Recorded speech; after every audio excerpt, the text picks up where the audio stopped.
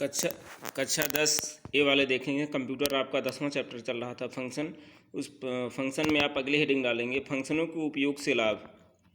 अब फंक्शनों के उपयोग से लाभ क्या है? जैसे किसी फंक्शन में गलती हो जाने पर उसको पकड़ना और ठीक करना सरल होता है।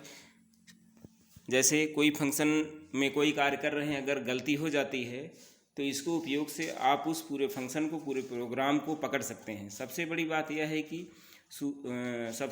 यह है कि उसमें हम सुधार भी कर सकते हैं। यदि हम फंक्शनों का उपयोग ना करें तो प्रत्येक सुधार हमें कई जगह करना पड़ेगा। अगला नंबर है उसी में, किसी फंक्शन का उपयोग अन्य प्रोग्रामों द्वारा भी किया जाता है। यदि हम उसे एक लाइब्रेरी फंक्शन की तरह किसी भाषा का भाग मान लेते हैं तो कोई भी प्रोग्राम उसका लाभ ले सकता है। कहने का तात्पर्य है, फंक्शन का उपयोग अगर हम किसी प्रोग्राम में कर रहे हैं तो उसमें जो भी गड़बड़ी रहेगी उसे हम ठीक कर देते हैं तो प्रोग्रामर को उसका लाभ मिल जाता है। नहीं तो कोई भी फंक्शन को सुधारने में समय अधिक लगता है। वास्तव में समस्त लाइब्रेरी फंक्शन इसी प्रकार विकसित किए गए हैं। अगला नंबर उसी में है, फंक्शनों का उचित उपयोग करके हम अपने प्रोग्रामों को मॉड्यूलर प्रोग्रामिंग विधि से तैयार कर सकते हैं। मॉड्यूलर प्रोग्रामिंग का मतलब, कहने का मतलब है, कोई भी प्रोग्राम हो सबसे पहले उसको छोटे छोटे प्रारूप होते हैं जिसको हम उस प्रारूप को एक करके एक मॉड्यूलर प्रोग्रामिंग में व्यवस्थित करते हैं, जिसमें कई बड़े प्रोग्राम को कई छोटे छोटे प्रोग्रामों में बांटकर उनके लिए स्वतंत्र रूप से प्रोग्राम लिखे जाते हैं। कहने का मतलब है, कोई किसी पर निर्भर नहीं होता है। जो भी उसके अंतर्गत छोटे छोटे प्रोग्राम रखे जाएंगे सब स्वतंत्र होते हैं। इसी के अंतर्गत अगली हेडिंग आपकी है फंक्शनों को परिभाषित करना।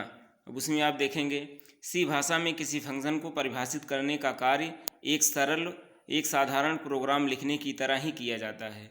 सी भाषा में अगर कोई भी फंक्शन परिभाषित कर रहे हैं तो उसे एक साधारण प्रोग्राम जैसे लिखा जाता है उसी तरह परिभाषित किया जाता है। वास्तव में हम कोई प्रोग्राम लिखते समय किसी एक फंक्शन को परिभाषित करते हैं। एज ए मेन, जैसे मेन फंक्शन को परिभाषित करते हैं, अन्य सभी फंक्शन भी इसी प्रकार परिभाषित किए जा सकते हैं। अगली हेडिंग डालेंगे, फंक्शनों को परिभाषित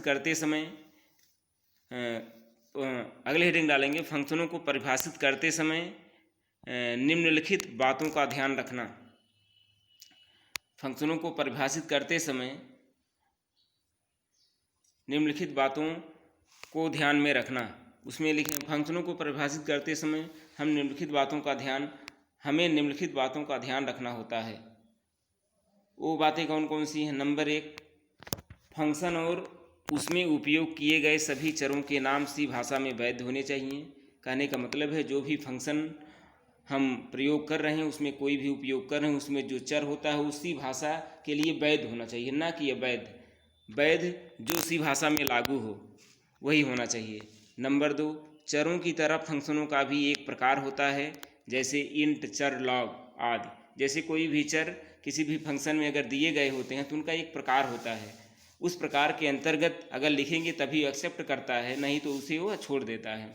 नंबर 3, चरों की तरह प्रत्येक फंक्शन का भी नाम और प्रकार प्रोग्राम में उनके उपयोग करने से पहले परिभाषित कर दिया जाना चाहिए। जैसे कोई भी चर किसी फंक्शन में अगर उनका नाम और प्रकार प्रोग्राम में उपयोग कर रहे हैं तो उनको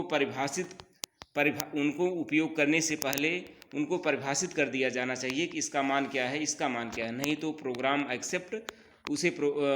उसे एक्सेप्ट नहीं करता है। फिर अगली हेडिंग है, किसी उपयोगकर्ता परिभाषित फंक्शनों का उपयोग करते समय निम्नलिखित बातों का ध्यान रखना आवश्यक है।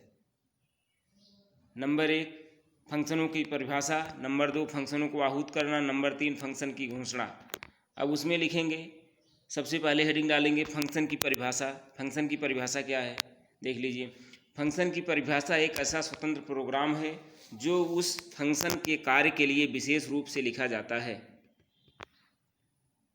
फंक्शन की परिभाषा फिर से देखें, फंक्शन की परिभाषा एक ऐसा स्वतंत्र प्रोग्राम होता है जो उस फंक्शन के कार्य के लिए विशेष रूप से लिखा जाता है। इस फंक्शन का उपयोग करके हम अपने प्रोग्राम को उचित स्थान पर आहूत कर सकते हैं। इसे फंक्शनों को बुलाना भी कहा जाता है। अब दूसरी हेडिंग डालेंगे, फंक्शन को आहूत करना। फंक्शन को आहूत करना का मतलब क्या होता है? जैसे किसी फंक्शन को उपयोग करने वाले प्रोग्राम या फंक्शन को बुलाने वाला प्रोग्राम या बुलाने वाला फंक्शन कहा जाता है। फंक्शन का उपयोग करने से हमें अनेक प्रकार के लाभ होते हैं। जैसे उसे उचित स्थान पर आहूत करना पड़ता है। उसके आधार पर हम किसी भी फंक्शन को उस तरीके के आधार पर प्रदर्शित कर सकते हैं जैसे उसमें जो भी प्रोग्राम के छोटे छोटे भाग उसको दिए गए होते हैं, उसको ध्यान में रख करके। फिर अगली हेडिंग है फंक्शन की घोषणा। अब उसमें किसी फंक्शन को घोषित करते समय हमें निम्नलिखित बातों का ध्यान रखना पड़ता है।